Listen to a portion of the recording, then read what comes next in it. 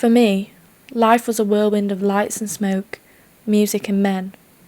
I lived in a beaten-up flat in the middle of the city with 2 other girls. I was never proud of my job, but I did what I had to do for money. After a hard night of dancing and exposing myself, sometimes spending time in a back room with a heavily drunk man, and my eyes like a dead fish staring at the ceiling, I needed to take a walk to clear my head.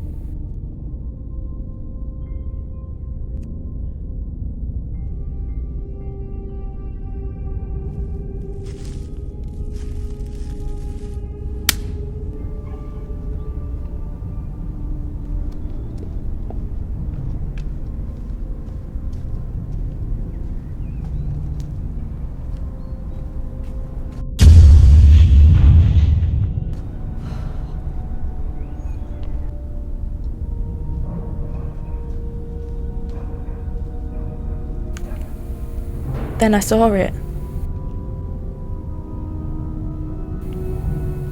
The jacket was like a pearl in murky waters as it lay neatly on the dirty bench. I didn't understand how someone could just leave it there. On the front there was 2 large pockets where you could put your hands into for warmth, and that's where I found the note on a crumpled piece of yellowed paper. It smelled like the section of a library where ancient books could be found, dust and damp. On the paper were scrawled the words, "Where? 316 Park Lane. Pay, £1,000 per night. Job, lie on the bed, from 11 p.m. till 3 a.m.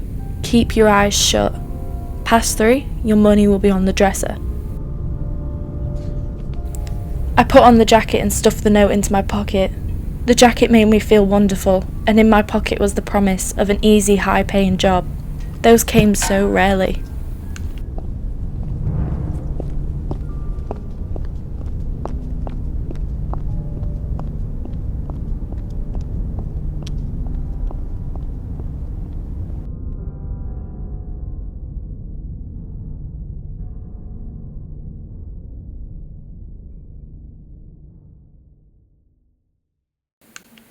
After a lot of asking and searching, I found the house. It was in worse condition than I expected. I stepped inside and called hello. "Hello?" No answer. Why was no one there?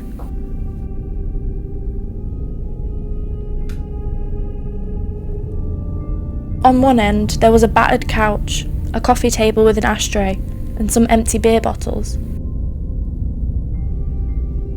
On the other end was a TV, a single mattress covered in drab sheets, and a table with a clock on top of it.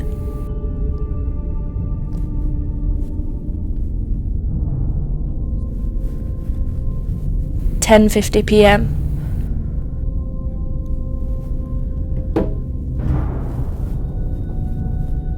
I must admit, I thought the job was just going to be another man looking for a quick fix, but now I was curious. 10:52 p.m. 10:54 p.m. 10:56 p.m. 10:59 p.m. I shut my eyes and waited. 11 p.m. came. I knew this without the clock, because the change in atmosphere was so immediate. I was not alone. My eyes were shut, yet I felt it, so close to my face. It breathed, tight, stressed, as if forced to breathe only from its nose. I smelled it, a sour smell like pickled gums, and there was something else, pungent, thick, sweet, the smell of blood. My hands still clutched the note, never opened them. It's all I could think about. As long as I kept my eyes closed, I thought nothing could happen to me. I suppose I had gotten used to the presence. For only a few hours into the night, I found myself fighting the urge to sleep. I tried hard to fight it, but I failed, and soon sleep's heavy hand successfully pressed down on my weary mind. The girl in my dream was pretty.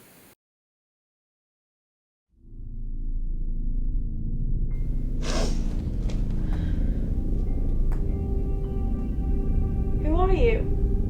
Are you real? She watched me attentively, so close to my face that I could place a hand to her cheek and ask why she was there. Why are you here? Leave. Just leave. And then she started making choking, gagging sounds. She was trying to scream, say something, but all I could hear were the hoarse, ragged breathing sounds that watched me as And I was awake. By some miraculous reason, I had not opened my eyes, but the room was filled with the same choking, gagging noises I had heard in my dream.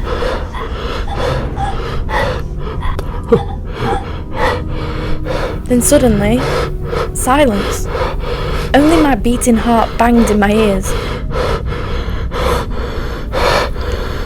And then, a blessing like the sun after a typhoon. The sound of the alarm clock.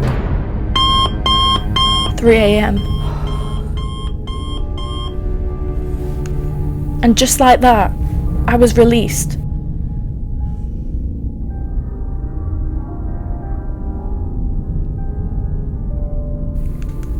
I opened my eyes. £1,000 lay upon the dresser. £1,000 for the horror I had endured.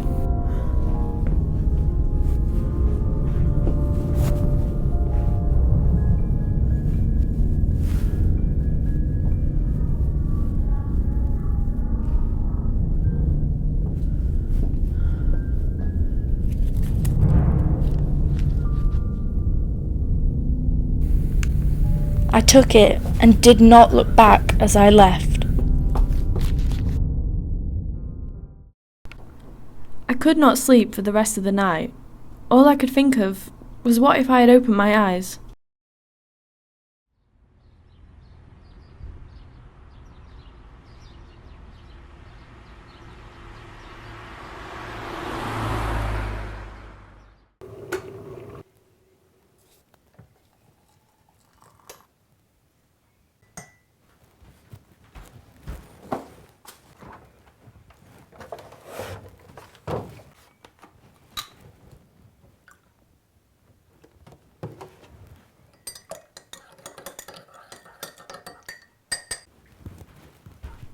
A few years later, after endless nights of thinking about the unexplainable horror I had been through, I finally found the truth about what had happened in that house.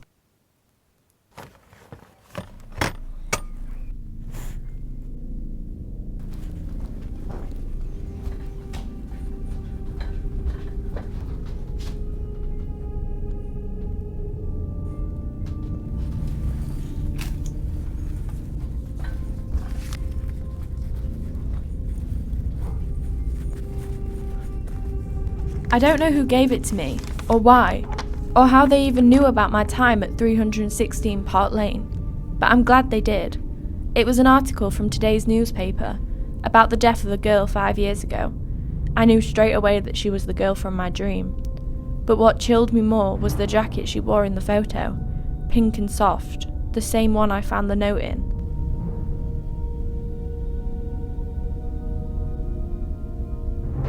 A man named William Davidson lived at the house.